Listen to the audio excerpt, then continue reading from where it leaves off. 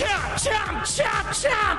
People, the zombies are here with the new Captain Enoch and Star Wars Galaxy Heroes. And let me tell you, it's looking like a thriller music video out there. We have our first look at the brand new Captain Enoch. We had a ton of fun of testing him the other day. And let me tell you, we're only scratching the surface on what this team is capable of. I'm talking about possibly countering Gungans without even dealing with the shield generator. I'm talking about making General Anakin Skywalker look like a wuss. But this team's got a couple weaknesses that we're going to discuss. So let's get involved. Hit that like button if you're ready for the zombie attack.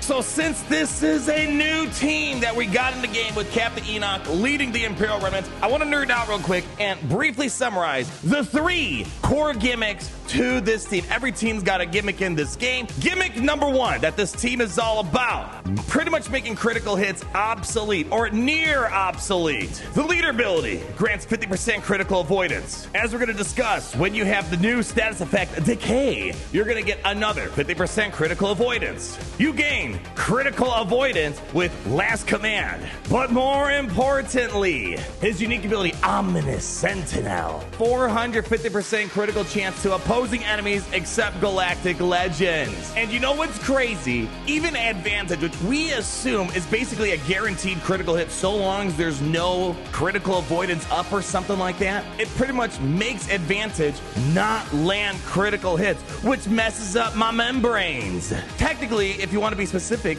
Advantage gives 200% critical chance, which is more or less guaranteed, but it's not anymore. If you have minus 450% critical chance, you still have a minus 250% deficit. So yeah, landing critical hits is very difficult. And the reason why we need this team to be anti-critical hit is because of part number 2. Part number 2 of this team's gimmick comes from the leader ability, Arbiter of Decay, where we gain decay. And if you could just read along with me, first off, at the start of the battle, if all allies are Imperial Remnant and no other allies are Empire, with the leader tag, so get the hell out of here, Moff Gideon. Get the hell out of here, Dark Trooper Moff Gideon. Whenever another non-droid Imperial Remnant ally, so screw you too, Dark Trooper, while we're at it, when they would be reduced to 1% health from a non-critical hit. One more time, non-critical hit. If they have less than 9 stacks of decay, they recover 100% of their health, protection, and gain a stack of decay. So that's why we need high anti-critical hits. Because if you get critically hit and you're about to be killed off, you can't trigger decay, you just die off instantly. But if we make it pretty much impossible to land a critical hit, more or less the enemy team has to kill off everyone except Enoch. You can't get decay at Enoch. You have to kill off each of your troopers 10 times. So almost you have to kill them like 40 times before they die. Gary, make sure I edit that out. We don't sneeze around here. Do note that this does not prevent insta-kills. I thought maybe because an insta-kill's not a critical hit, it would basically bypass that. However, that's not the case. Commander Tano can insta-kill someone, Sith Eternal, Jabba the Hutt, Nihilus, Mando. They can insta-kill and completely ignore decay. But most other folks, they don't have that. And if you prevent critical hits, you gotta go the long way of trying to kill off all these troopers. And fun fact, this makes you feel kind of invincible in a way. For example, Maul, you'd be worried about Maul's opening bombardment. Now you can just be like, okay, bro, that was cute. They're really trying to bring to life what we saw in the Ahsoka Tano TV show, where when you thought you killed off the troopers, they get back up. And another little fun tidbit, when you trigger decay, which means you kind of died and came back to life, the eyes of your troopers glow green. Kind of a nice little touch they added. They definitely put a little bit more effort into the animations with the last command ability that Enoch has, as well as the zombies coming back to life. But thing number 3 that ties all this together, Blight. Now, we've already had Blight for a little bit, but it hasn't really done much. Minus 100% health steal. The character takes bonus true damage whenever they lose turn meter, which really got activated with Enoch. But the problem was, unless you had the Datacron, even the Omicron wasn't super helpful. You couldn't really get a lot of Blight out there. Until now. Enoch's unique ability, Ominous Sentinel, Sentinel. Whenever an Imperial Remnant ally gains a stack of decay, they inflict Blight on all enemies, which can't be copied, dispelled, or evaded, but it can be resisted until the end of the encounter. This team is pretty much a Night Sister team, where Night Sisters, when zombie dies or Night Sisters die, they come back to life, so kind of making you feel like you're reviving everybody. And you apply Plague. This is kind of similar, where when your characters die, they get brought back to life, and they apply Blight. And now we see the combo. Anti-critical avoidance allows you to maximize decay because you can't be critically hit, and the Night Sister zombie cheeses start happening for the remnants, which in turn applies lots of Blight on the enemies, and this is where we see a massive chain combo. I'm talking lemonade with the little Chick-fil-A combo, where Death Trooper pretty pop blocks and drop it. This here is one of the greatest gifts that we've had in Galaxy of Heroes. When it works, you deal physical damage to target enemy, blah, blah, blah, blah, blah. It also inflicts Blight, but right here, if the target had Blight, you inflict 2 stacks of damage over time for 2 turns and remove 5% turn meter from the target enemy 3 times. What does that mean?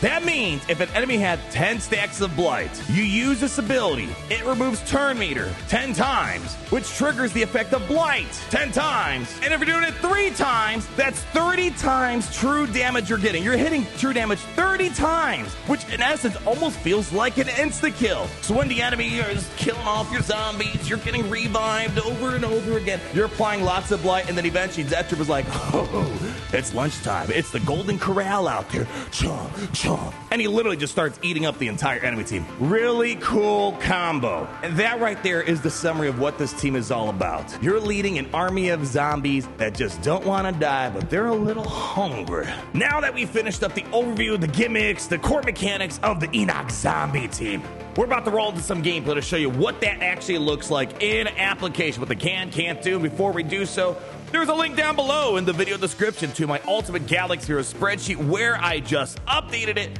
to include the Omicron, the Zeta order for this new Enoch Zombie team, as well as the mods for Enoch himself, Night Trooper, as well as Death Trooper Peridia. But I think we're gonna have more with this team in the future, but if you do want to rock this team right now, this is what I would recommend. But it could change if there's new stuff added down the road, because I think we're missing something. And on that note, why don't we go ahead and show you what we can do right now. So to start this off, we are going to show non-Omicron, non-Datacron gameplay. And then towards the end, if you care about Datacrons, this team can beat some Galactic Legends with the Datacron. But the prime thing I want to focus on, the highlight for me, is the possibility. I'm not going to sell this yet as a guaranteed counter, but there is a possibility. We made it work in our day 1 testing, first battle versus Gungans, being able to take down the Gungan team without even having to deal with their generator. As you know, the core strategy of Gungans, their gimmick is, well, they have the generator, which basically makes them invincible until you take it down. Well, as we went over, as the Gungans are taking down your team, they're getting tons of Blight on them. It sets you up for a powerful combo eventually for your Death Trooper Peridia to do massive true damage to the Gungans. You can't insta-kill them because they have an anti-insta-kill Jar Jar, as well as the shield generator, all that fun stuff. But you more or less get to chomp away all their protection, all their health, and you just gotta sneeze on the Gungan to knock them out. This is incredibly powerful because, well, most times, all the time pretty much until now, you had to take out the generator. So keep that in mind. Maybe with some more fine-tuning with Datacrons, with Omicrons, you might have another solid, cheaper-ish way. You know, right now they're marquees. You know what I'm trying to say. Down the road when they're going to be more farmable 2x drop. Yeah, anyways, let's move on. Other interesting things that we had going on. This is the first battle I did. When we start our first battle, we just kind of throw it into battle. See what we can do. From the very get-go, I was blown away. We were able to take down General Anakin Skywalker fairly easily. You know, they can't crit you, so they can't increase your cooldowns, which means, well, gas can't do much. And aerial advantage doesn't do anything because we have decay to kind of save the day. We get lots of Blight on the enemy team, and eventually, you're able to just chew through them. Again, once they get lots of Blight because they're chopping through your zombies, they're getting Blight, it sets you up for Death Trooper Peridia to go chomp, chomp, chomp, eat them all apart. So the one thing I want to put out there, it's kind of a good and bad thing. The feel bad thing about this team right now, before we have Datacrons and Omicrons, the only real way to start getting the combo going is you kind of got to get your butt kicked for a little bit. Because when you're getting your butt kicked, you're applying Blight, which is going to set you up. It doesn't feel good, but just know that if it looks like you're getting your butt kicked, you should be able to make a good comeback with Datacron being able to chop away like you see here. It's a bit of a slow burner, but it gets the job done. Commander Luke Skywalker, again, pretty easy peasy. They can't really critically hit. Commander Luke Skywalker kind of knocks out a lot of your troopers, triggering decay, which in turn triggers a lot of Blight. And what do you know? That sets us up for a situation again, where once Commander Luke gets lots of Blight on his team, you're going to get some powerful, what looks to be insta-kills. It's not quite insta-kill. It's sort of an insta-kill once you hit the 10% threshold. But overall, it's not an insta-kill, too, because it does the grand majority of the work through that true damage Blight interaction that we discussed. So again, we don't see too many Commander Lukes out there in the wild towards endgame, but it's another opportunity at your disposal, being able to just chomp away at the opposing team. Yeah, super satisfying when we do make that happen. And keep in mind, Commander Luke, I mentioned how that they run circles around you for a little bit. There's going to be a big downside when we show the things they aren't too good at, but let's hold off for a moment. Mandalorian, same thing, as we kind of elaborated. Maul's opening bombardment, his jazz hands, as they like to talk about, it doesn't really do anything against the troopers unless he goes after Enoch, because remember, Enoch can't save himself and turn into a zombie to gain decay. He has high defense, but Maul really doesn't care too much about that. But otherwise, if Maul goes through any other trooper, they just start getting Blight on themselves, and the rest is history. Again, the combo is let your troopers die off, apply the Blight, things move on forward. This could be interesting for my territory war meatheads out there who love territory wars. Caloran back, as you probably know, is kind of important for the territory war meta. The Omicron, especially on Caloran back, is pretty powerful, but if you can't land critical hits, and on top of that, you know, the troopers can survive the big damage that they could have because they just kind of turn into zombies, apply decay, apply Blight. Eventually, you're just going to be doing some damage. And there's other things to keep in mind. Although I am pointing out the big combo, which is get lots of Blight, Death Trooper, chomp, chomp, chomp, the Blight is doing great work. There are a variety of things throughout the kit that pull turn meter removal. Night Trooper has a little bit of turn meter removal. Enoch's basic has turn meter removal. Stormtrooper, when he does his own taunt, when he taunts, he is able to remove turn meter when the enemy is hitting him, which in turn is triggering Blight and doing true damage. So although we're relying on Death Trooper to do the big damage, just know we have other ways to slowly chop away at the enemy team. So again, get lots of Blight up there, remove turn meter. Death Trooper eating him up is a good situation to be in. Afra's going to be another super easy battle to get through. She relies on high critical damage. If you can't apply crits and if you're getting lots of Blight, you're in trouble. Night Trooper's going to eat you up. This is a great example right here with Admiral Trench, where it looked like I was kind of getting my butt kicked, and your normal intuition's like, man, I'm kind of getting rocked right now, which we were. But as you're getting rocked, you're applying lots and lots and lots of Blight, as you're seeing here. So eventually, Death Trooper is going to take a turn, and it's lunchtime, baby. You eat up the whole enemy team. So that's what I'm saying right now. Before you have Omicron and Datacron, it kind of feels bad watching your team kind of get torn apart, but there is an upside to your team getting torn to shreds because you're applying Blight, which in turn lets you tear the team to shreds. But of course, once we get into Grand Arena, you have Omicrons. You're going to have the Night Trooper Omicron to get more non-kick-your-butt mechanics to get Blight out there. Because remember, at the start of every Imperial Remnant turn, Night Trooper's going to spam out Blight. So you're going to have a more normal way of doing it, which I think will be a little bit nicer in Grand Arena.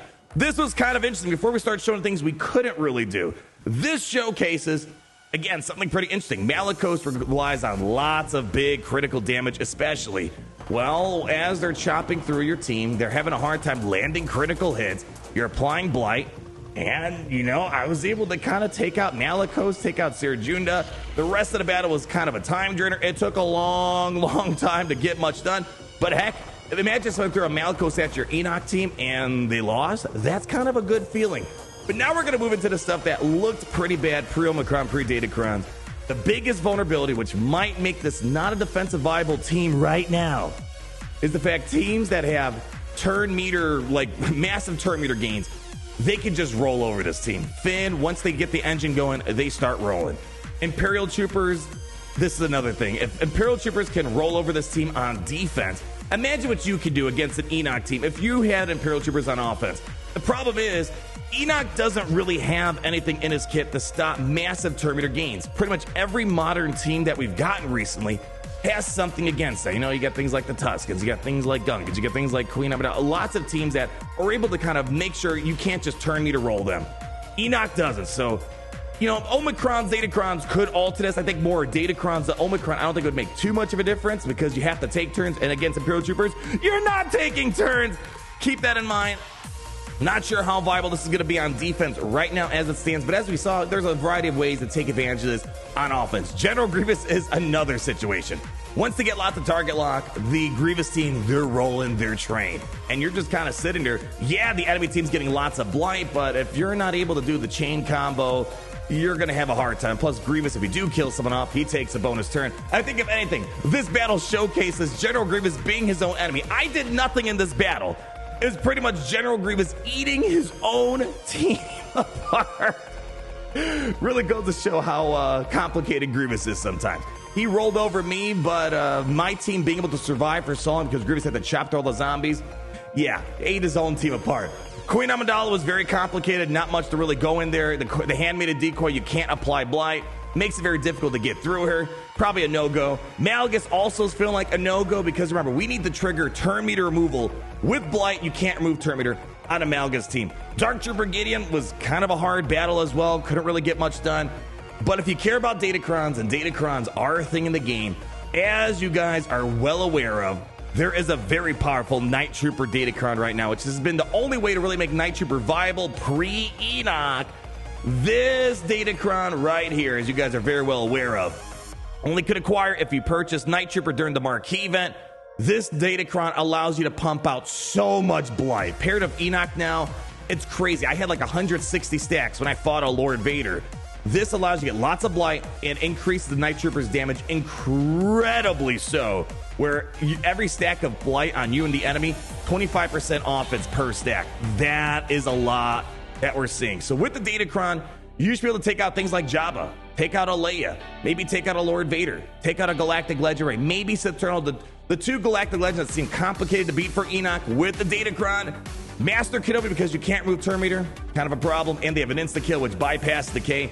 Supreme Leader Kylo Ren has so much critical damage, or critical chance and all that. He usually bypasses the critical damage threshold because, again, you can't reduce the critical chance on Galactic Legends with Enoch. So that means Kylo Ren can critically hit. He's going to bypass decay. So that's what the Enoch and the zombies going to do right now in the game. I think we're missing something. The developers have been alluding to that there's more to come, but nothing has been really confirmed. Obviously, the biggest thing is we're expecting a Galactic Legend Thrawn, a Thrawn Conquest unit, or at the minimum, Thrawn with an Imperial Remnant tag so we can synergize with all of these guys. What that's going to be, we don't know, but I think it's pretty obvious. We're going to get something later on. Furthermore, developers have also alluded to the fact that they leave intentional holes in our current Imperial Trooper Remnant faction to add something from the Imperial military complex down the road. Maybe they'll add a tag. I think Short Trooper would be great because Short Trooper has, well, critical avoidance. One thing that this team is desperately needing is a heal. Enoch's got tons and tons of protection. I know we didn't focus too much in it. We get loads of protection up, which is great for the durability of this team. But the problem is we don't really have a heal. And Enoch can pretty much die easy. But if you had Short Trooper with the Remnant tag and the regroup, which heals, grants critical immunity, this is a perfect opportunity to put him inside of the Remnant faction for Enoch to play with. But as you can see, if you try to make 4 teams, you're kind of missing out on one Remnant to make 2 full Gideon teams, as well as an Enoch team. And you're kind of missing out on one Trooper to make 1 Veers team and 1 Iden team. So they're kind of eating into each other right now. So, you know, there might be more coming down the road, people. And one other thing to keep in mind, developers kind of alluded to that right now Enoch really turned the Blight factor up a ton. But they made it seem like that there's more to come. Someone else, something else, will be adding even more Blight, interactions with Blight down the road. That's going to wrap it up for today, ladies and gentlemen, Gungans, droids, and all you undying Imperial Troopers out there. We're just getting started. Is this the best team in the game? No. There's a lot of interesting stuff they got going on, a lot of pretty blatant weaknesses that this team has, but I'll tell you this. This is one of the coolest gimmicks, identities that I think we have in the game right now. I'm looking forward to their future. I think they're going to be usable for some select things out there, but time will tell if they're going to be taken to the next level. Leave that like, comment down below, subscribe so you're not missing a thing. And always remember, it's great to be in the Empire today. The sun never sets. We dominate. We're stronger.